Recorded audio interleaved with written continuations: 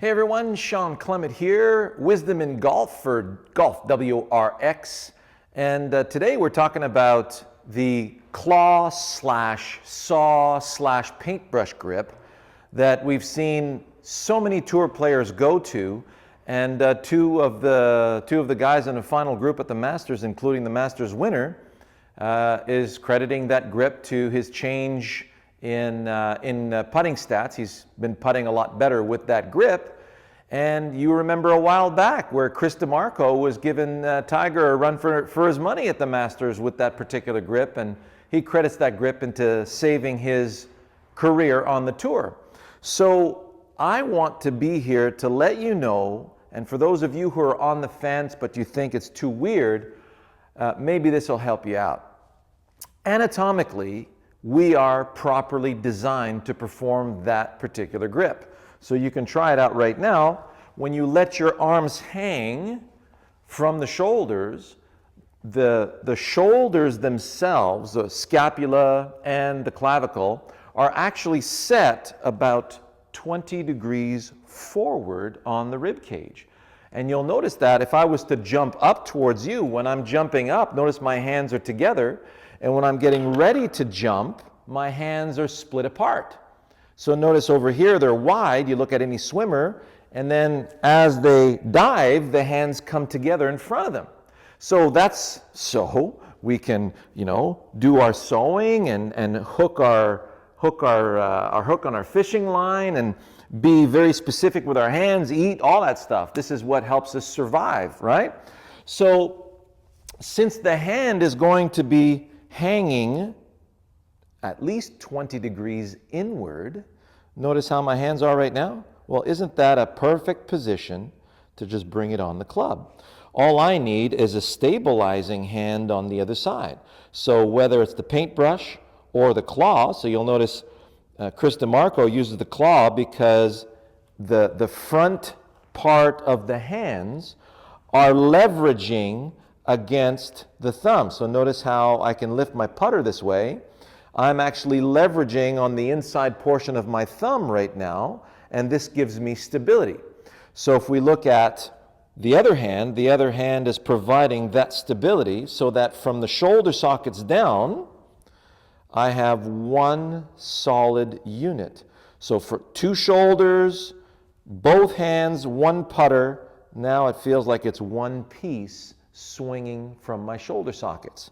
So the saw grip's the same way. So we're leaning it right up against the pad, and we're providing that looks like a saw. And, so your saw, your claw, or your paintbrush, you're all set. So find the one that suits you best. So I'm going to go ahead, and if you notice my putting video from Monday, we talk about how we want this unit to be in balance. So I prefer the paintbrush.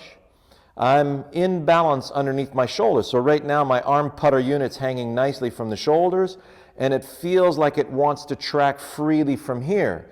So from there, I want to bring everything together, and then now I feel like everything can swing freely from the shoulder sockets down. And it really feels like there's no wavering involved from that position. So if you're going to go cross-handed, you could go cross-handed and use that same particular saw as well. And whatever grip that you prefer, so you notice when I put my hands on the club, I do a double overlapping grip, and it feels like there's no wavering involved when I'm swinging my putter back and through. So that's really the key. You want to feel how both arms and the putter work as one piece from the shoulder sockets down.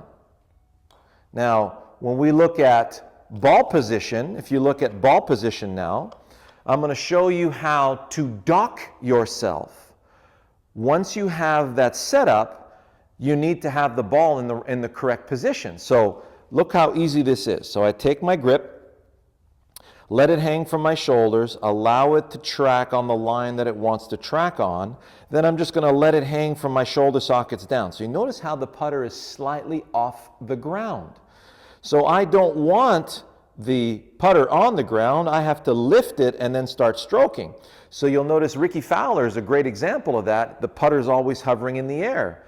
The late, great Payne Stewart was a really good clutch putter. He always tapped his putter and the putter was floating in the air.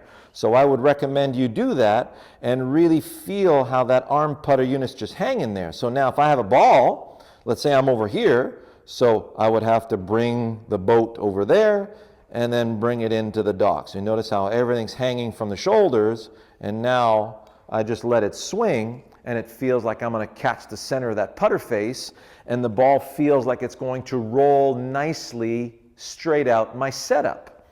So when you're changing your ball position, here's a final important tip for you. So I've got my arm putter unit hanging. I allow it to swing freely. I see where it wants to track. I let it hang. Bring the machine. Now if I want to change my alignment, go more to the left, still hanging in the center of my stance, ball still forward. Still hanging in the center of my stance, ball still forward. So that would be too far left, less left, less left. Here we go. Let it hang. Good. Now it feels like I'm there. So now that you feel that everything's in place, the key is don't try to manipulate the putter to meet, to direct it toward the hole. You're just going to let the arm putter unit swing freely from the shoulders and just let the ball go where it wants to go. Don't interfere with it. So your homework now is find the grip that allows this arm putter unit to track freely without wavering. And then, once you've lined it up and you feel that you've done your homework and you've got your read, allow it to swing on the track that it wants to swing on. Don't try to guide it, and you're going to make a tremendous amount more putts. Okay? Hope you enjoyed that. See you in the next video.